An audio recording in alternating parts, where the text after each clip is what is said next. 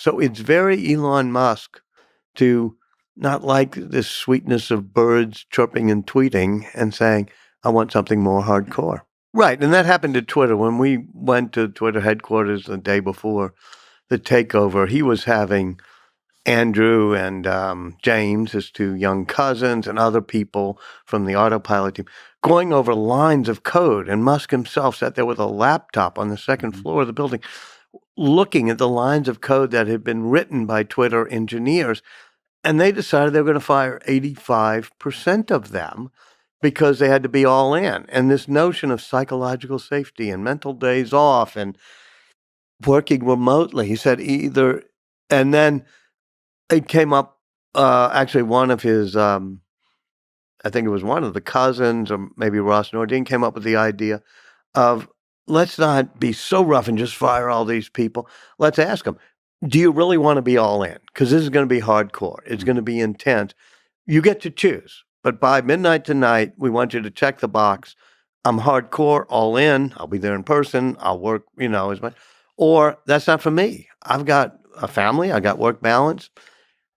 And you got different type of people that way and different stages of their life. I was a little bit more hardcore and all in when I was in my 20s than when I was, in my 50s. Yeah, and you write about this. It's a really nice idea, actually, that there's two camps.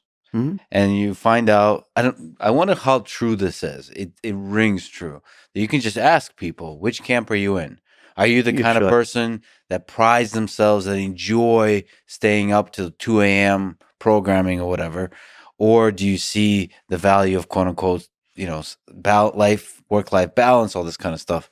And it's interesting. I mean, you could, people probably divide themselves in different stages in life, and you can just ask them, and it makes sense for certain companies in certain stages of their development to be like, we only want certain teams. People. It doesn't even have to be a whole company.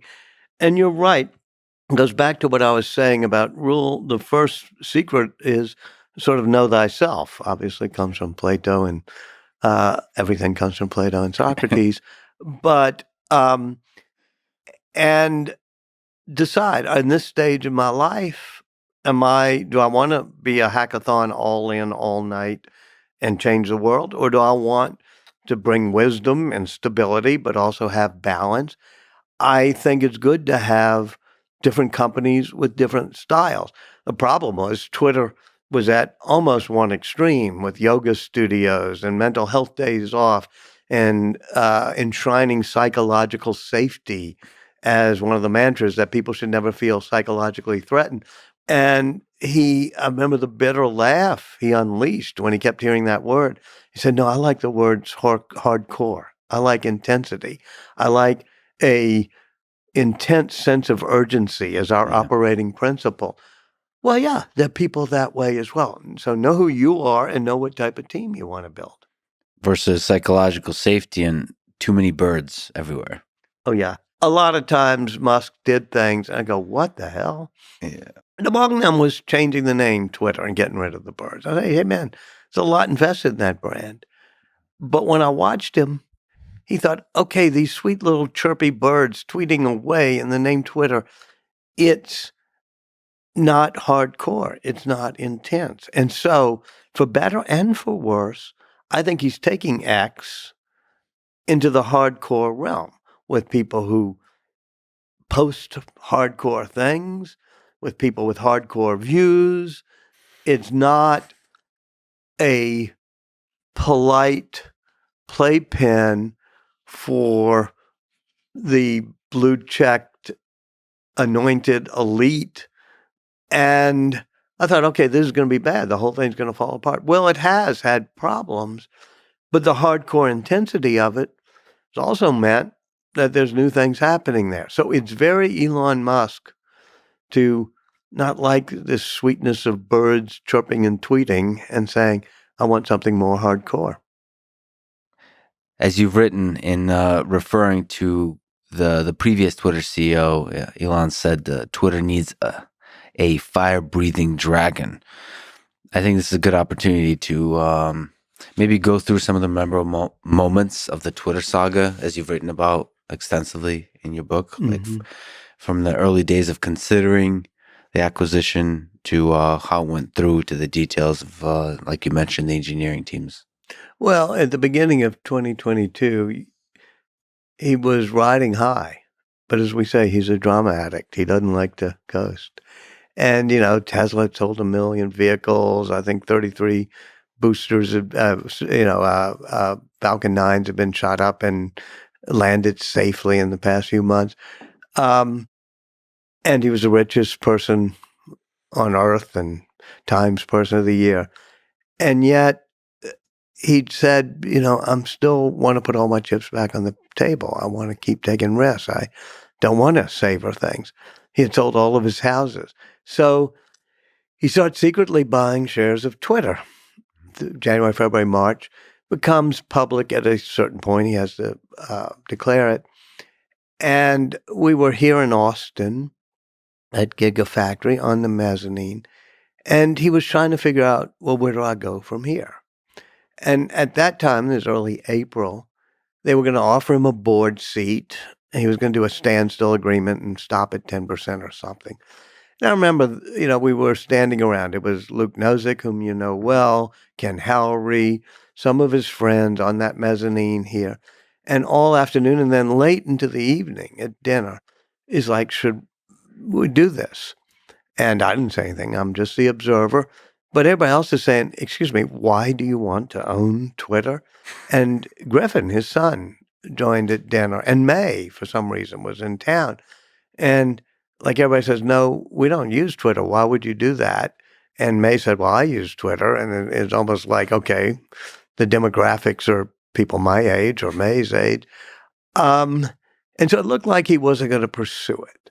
They offered him a board seat. And then he went off to Hawaii to Larry Ellison's house, which he sometimes uses. He was meeting a friend, Angela Bassett, an actress. And instead of enjoying 3 days of vacation, he just became supercharged and started firing off text messages, including the fire-breathing dragon one. I think, he used that phrase a few times, that Parag wasn't the person who was going to take Twitter to a new level. And then by the time he gets to Vancouver, where Grimes meets him, they stay up all night playing Elden Ring. He was doing a TED Talk. And then at 5:30, he finishes playing Elden Ring and sends out that, I've made an offer. Even when he comes back, people are trying to intervene and say, excuse me, why are you doing it? And so it was a rocky period between late April and October when the deal closed. And people ask me all the time, well, did he want to get out of the deal? I said, which Elon are you talking about at what time of day? Because there'll be times in the morning when he'd say, oh, the Delaware court's going to force me to do it. It's horrible. Talk to his lawyers. You can win this case. Get me out of it. He met here in Austin with 3 or 4 investment bankers, Blair Efron at Centerview, Bob Steele at Perella Weinberg. And they offered him options. Do you want to get out? Do you want to stay in? Do you want to reduce the price? And I think he was mercurial. There were times he would text me or say to me, this is going to be great. It's going to be the accelerant to do X.com the way we thought about 20 years ago. And so it's not until they finally tell him at the beginning of October, right when Optimus the robot is being unveiled in California, actually, that the lawyers say, you're not going to probably win this case, but better go through with the deal. And by then, he's not only made his peace with it, he's kind of happy with it at times. Eventually, the deal is going to close on a Friday morning. I have it in the book. And we're there on Thursday, and he's wandering around looking at the Stay Woke T-shirts and psychological safety lingo they're all using. And he and his lawyers and bankers hatched a plan to do a flash close. And the reason for that was if they closed the deal after the markets had closed for the day, and he could send a letter to Parag and 2 others firing them, quote, for cause. And this will be something the courts will have to figure out. Then he could save $200 million or so.